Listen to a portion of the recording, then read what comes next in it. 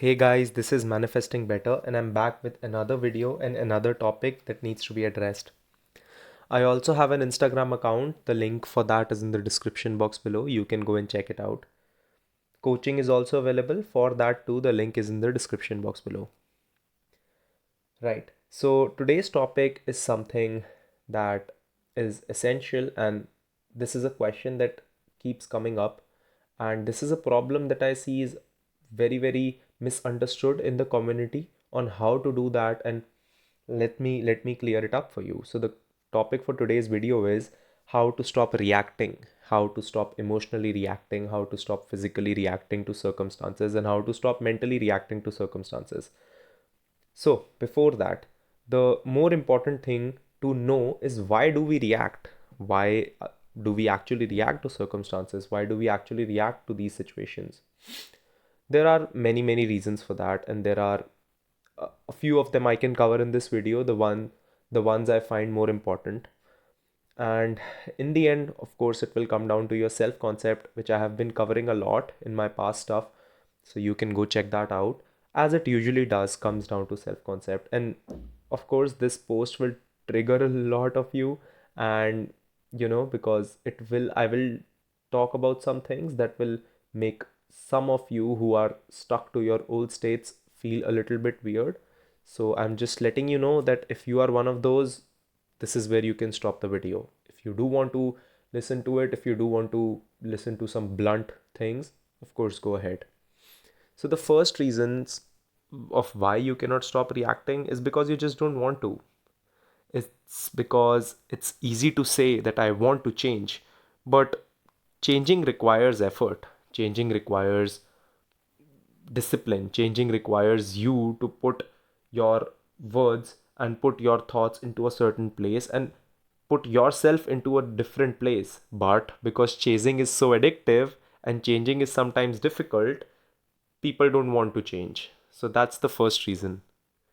The second reason, it's because somewhere you feel that this half-hearted thing that I receive and this half-hearted love that I receive, this half-hearted money that I receive is what I deserve. It's because you feel that this is all I can get. And it's because you have put yourself so down that getting scrapes of validation from a person makes your day and makes you feel that a text or a call or some money here and there is what you deserve. Third is because you're not committed. It's because you're halfway there and halfway here. It's because you don't understand that you don't have a choice. You have to change. This is why you will see that some people are always finding excuses not to change. It's because you are not understanding that it doesn't end with this person, it doesn't end with this job. Let's say you end up manifesting this person. What then? Are you actually going to be able to sustain that relationship? Let's say you finally get done with this and you say, I don't want to manifest this person. You get into a different relationship. Do you think this same cycle won't repeat there? Until and unless your beliefs are changed, until and unless your actions are changed, until and unless you start to think of yourself as a different person, the same cycles are bound to appear and repeat. And you keep comparing yourself with different things and you keep finding more reasons to validate not doing the work.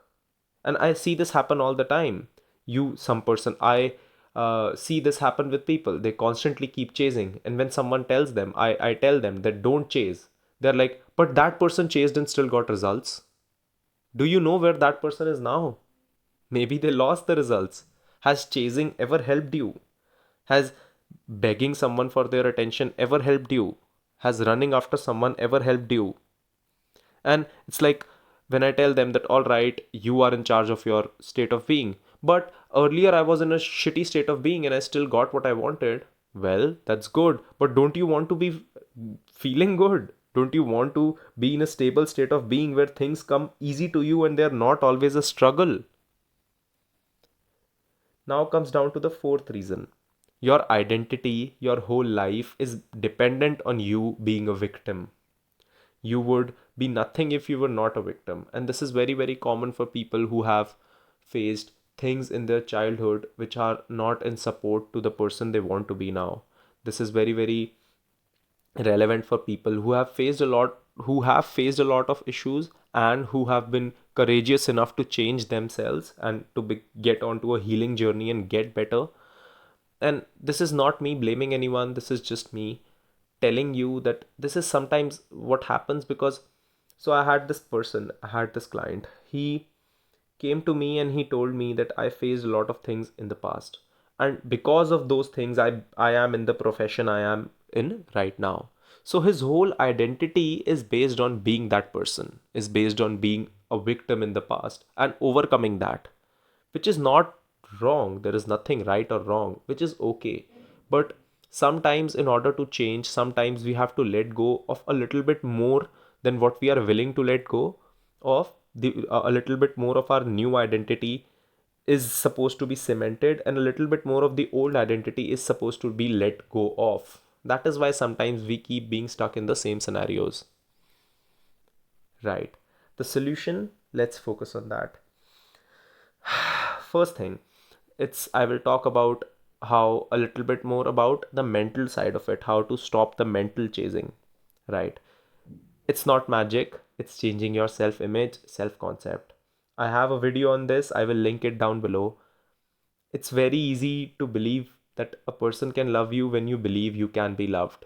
It's very easy to be pursued when you see something there worth being pursued, right? Changing yourself is very, very important. Now comes down to the physical reactions. Sometimes we have physical reactions to things, like we talk or we chase or we have outbursts. How to control that? I read this in this book. I did a book challenge the other day, the last month. The book's name is How to Stop Worrying and Start Living. It's a good book. It's not a manifestation book, but it gave me some insights on it. One thing it said is that every time you're about to react to something, every time you're about to chase something, or every time you're about to put yourself down, in your mind count to 20 or 30 or 40 and then do that. What will happen is that in that moment, when you are counting to that number, your brain will automatically make you realize that this action is coming from a little bit of desperation. Even if it doesn't, the reaction would not probably be a reaction, it would be more of a response. What is the difference between a reaction and a response? A reaction is trying to hurt someone, trying to make something happen outside of it. A response is putting yourself first. I will make a video on this. The next video would be what is the difference between a reaction and a response.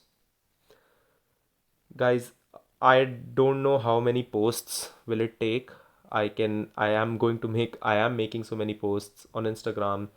I am making videos now, or doesn't matter what any other YouTuber does, doesn't matter what any other person does, doesn't matter what Neville does. The thing is that they will all just be telling you the same thing. They are all just telling you the same thing. And I intend that you can finally see that. I will see you guys in the next video. This is it for this one, and have a good day.